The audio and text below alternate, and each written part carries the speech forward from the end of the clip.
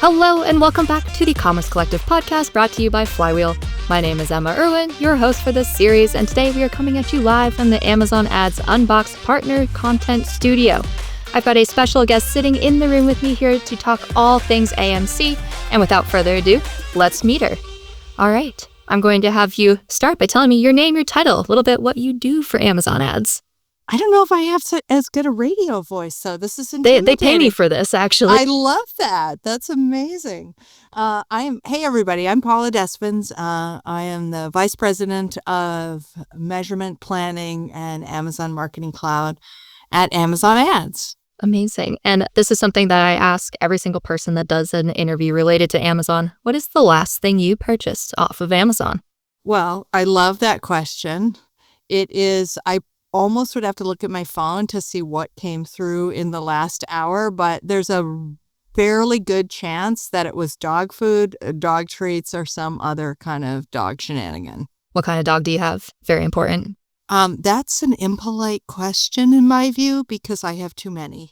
I was like, I'm off to such a bad start here. No. It's mostly golden retrievers. Very nice. A solid dog. Fun nerd fact. I have show dogs. So yeah, golden retrievers. Got the real golden retrievers. Yeah. An effing pincher may have snuck into the house. The occasional Australian Shepherd shows up. I mean, it happens. Love that. Yes, I have a husky from the side of the road and a chihuahua from a trash can in Georgia. Which are great origins for a wonderful pet. So there you go. You go. We can get into it. There are, in terms of the product launches, there are 3 key themes at this year's unBoxed. There's full funnel enhanced by AI, personalization and relevance, and then performance and measurable outcomes. And today we are talking all about performance and measurable outcomes because we at Flywheel love that. We love our AMC. I love that. We know this. Before we get into the specific launches tied to performance and measurable outcomes and AMC, can you tell the audience a little bit just about Ads Agent? Because this is kind of a foundational tool that has launched and kind of builds the help for understanding the rest of what we will talk about. Yeah, for sure. So, additional fun fact, besides the fact that I am into show dogs, is I have a very unique profession, which is that I'm a computational economist, that's an economist who reasons over economic data sets using machine learning. So I am all about the latest generation of our modeling technology. So generative AI, this is like an amazing time as a scientist. And so the Ads Agent uses generative AI to do a variety of things we refer to as skills. So some of the skills it has, you probably, if you saw our creative keynote, you would have seen the creative agent in action, acting as your agentic creative studio director who's helping you, based on all the signal that we have, create creative through natural language that really represents, hopefully, your brand, including TV quality video, which is pretty astonishing. I mean, an amazing journey. And then there's other skills, and I would expect more to come for things like take my media plan and turn it into a base campaign. There's a really, I think, impactful skill that we call smart search. So, today when you go into the console, historically there's a chart, there's a data table, there's a bunch of ways like you would sort and filter. Let me click here, let me click there. With smart search, you just say, show me all the campaigns that have a new to brand rate of X. It'll do that for you. And then you can say, okay, well, you know what? I want to bid higher when the new to brand rate is here because I really like the performance of this campaign. And you just tell it bid higher when this condition is met and smart search, and it'll do it for you.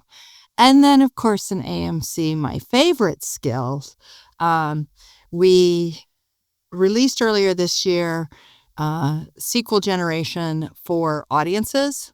So create me an audience of, I don't know why, I always have this fitness enthusiast one. That comes from, I have no idea. It should say dog treats. But create me an audience of fitness enthusiasts who have bought equipment but have not bought any fitness clothing recently.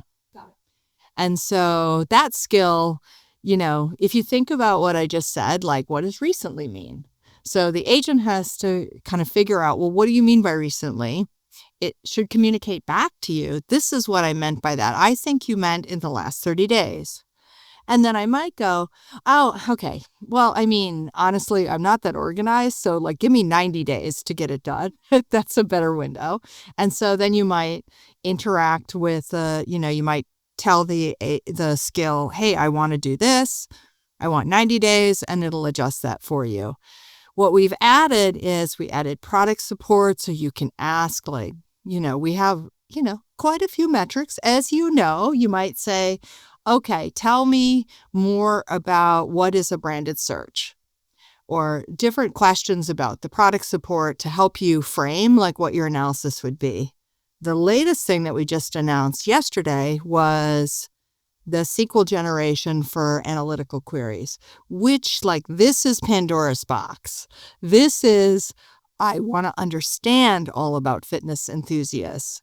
And so that's a pretty wide-ranging thing to ask the agent for, and obviously pretty exciting because you don't have to spend all this time reasoning about, okay, so let me think about fitness enthusiasts. That might be some form of an audience. I have to go look at an audiences table, or I've got to, I said something about conversions. I got to go figure out which conversions table I'm going to look at. It does all that for you. Now, it's day one, as we say at Amazon, so much left to do, but I think it's a really exciting capability. I love that. As someone who wouldn't even know what to type into a SQL box to save my life, does this specific tool, I'm curious, can I use it and then actually make something happen as someone who has no SQL knowledge whatsoever? Not quite yet. Got it. You can, the agent will tell you, you don't need a lot. Because the agent is going to tell you, I did the following for this reason. And then in the window that has the SQL, actually it has kind of human understandable conditions, and they're highlighted. Like you can kind of tell right away. You'd look at it and go like, oh, it was 30 days and not 90 days. And so there are things that you can pretty easily build intuition on. So do you need to be a data engineer? You don't. I think almost any analyst could use it. Our product managers use it. They're not big coders.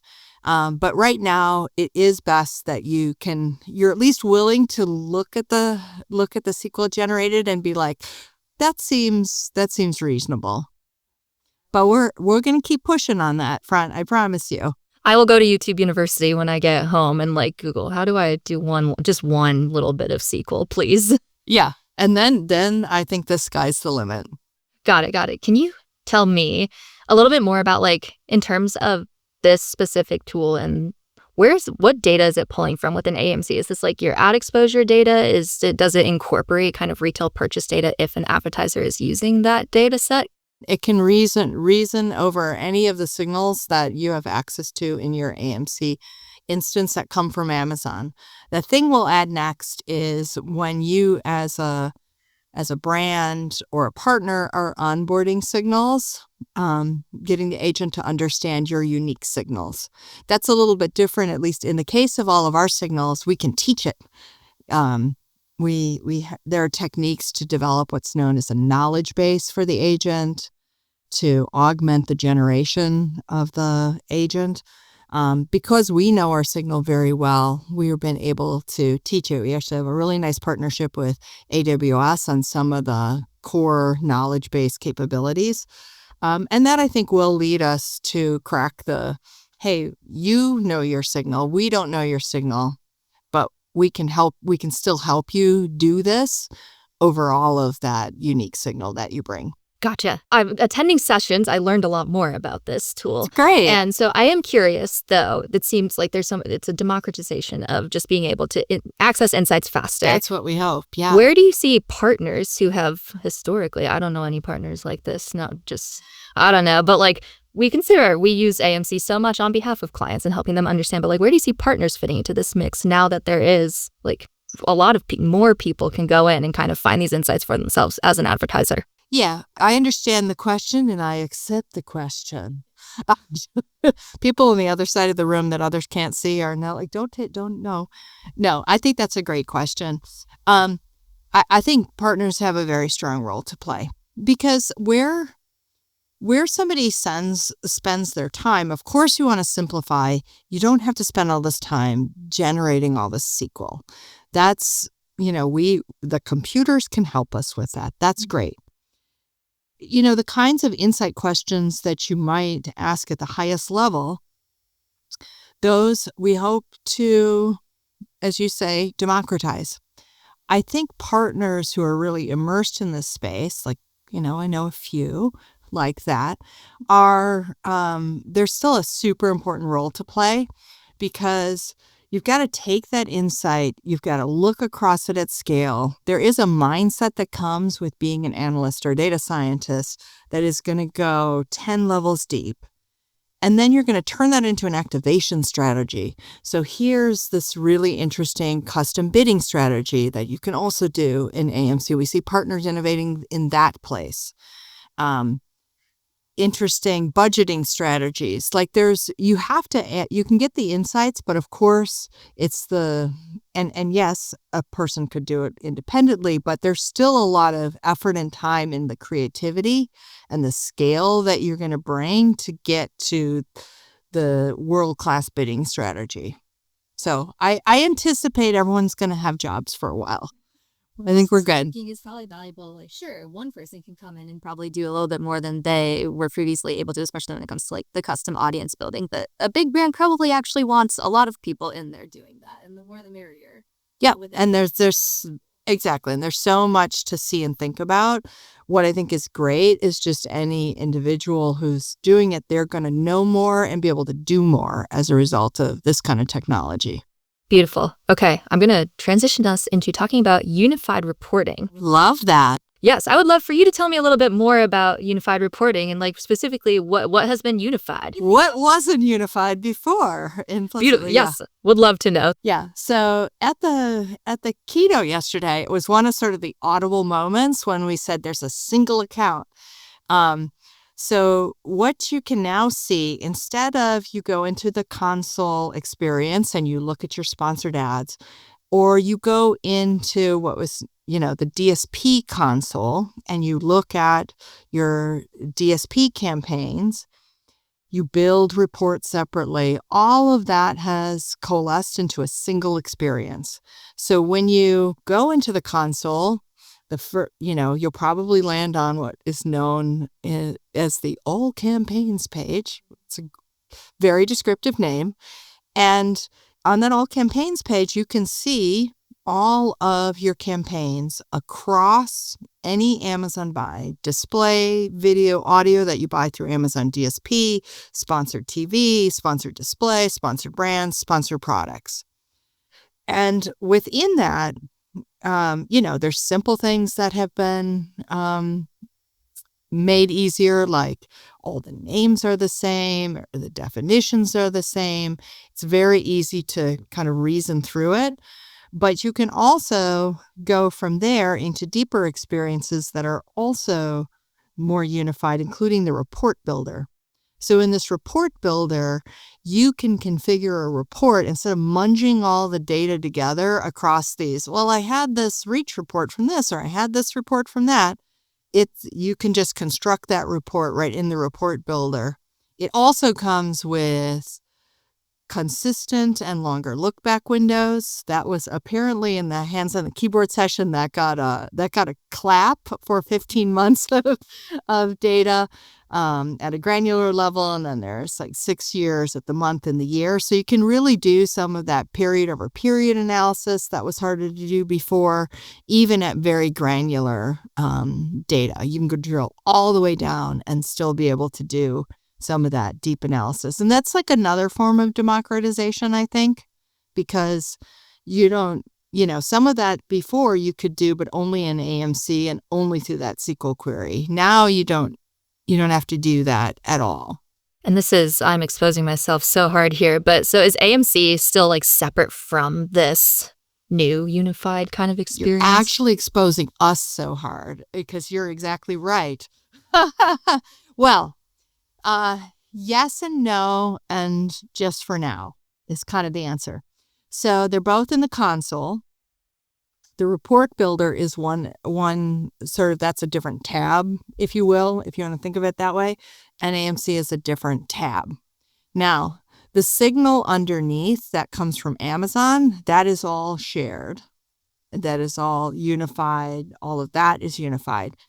Where we'd like to get to, if we get pretty good at this agentic thing, is if we can have the ads agent help you transition very seamlessly before those. So that's where you're right. It's not literally I point and click into this report builder, and that might also create something in AMC. But, don't count us out. We'll see. Well, I was wondering, I was like in my head, I'm thinking like, okay, I have this report builder, and then I have ads agent that pops up and is like, hey, you want to also run these things? So you want to build a custom audience off of these insights? The ads agent can help you get from place to place. Yeah. But I think the sky's the limit in terms of all the things that we might be able to pull together. Amazing. Okay. To let you get back on with your day, I have 2 fun-ish questions for you. The first one is just like, what are you excited about for the next unbox? Like, what are you looking forward to in the next year that's going to come out of Amazon? It's definitely in the vein of what we've been talking about. I think the generative AI technology is evolving so rapidly. Like, it's hard to say what might be possible in 6 months even. Like, that's a really sharp rate of tech change. And of course, as a technologist and a scientist, I mean, it's just incredibly invigorating. And so I think some things that were on the edges of imagination are sort of within our grasp. And so I look forward to more skills and more value created for advertisers and shoppers through what we can do there. So for sure, this is an exciting moment to be alive in this. Love it. Okay, next one. Not sure if it's more fun or less fun, to be honest, but something that I love to ask everyone, because I think it tells you a lot about a person, is something that's on your digital wish list. So maybe it's like living in your Amazon wish list and it's been there for a really long time, but you just won't actually purchase it. And then I will ask you, why? Is it still sitting there? Well, any, saved for a while things are going to be, I'm like Christine Gambino from Flywheel. We have a shared hobby of home remodels. It's an expensive one. Yeah, well, I mean, we do try to sell them at a little bit of profit as well.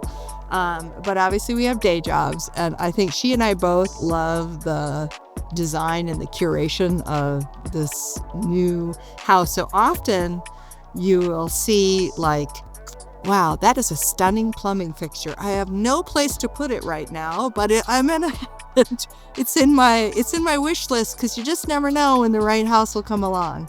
I also have I love vintage things, and so I'll get entranced I'll nerd out about this kind of leather for a bag was only made between 1942 using birch juice and whatever, these nerd things, but they're often, because they're very precious things, they're expensive. And that is why they end up sitting in the wish list, probably only to be admired, but not purchased. Yeah, I have on my personal computer, there's at least 42 tabs open of things that I'll never purchase and why. But I'm like, but it's so pretty. I don't want to. Exactly. I don't want to exit out. Yeah. Exactly. And I don't want to lose dream. it. Yeah. Exactly.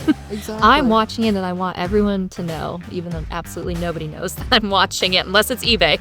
Amazing. Okay. I think that is everything I have for you. Thank you so much for the time. Awesome. This was fun. Thank you, Emma. And that wraps up this episode of the Commerce Collective podcast, recorded live from unBoxed 2025 in Nashville. Thank you to Paula and Amazon Ads for the partnership and time to make this happen, and stay tuned for an unBoxed recap episode coming soon. I've been your host, Emma Irwin, and I'll see you next time.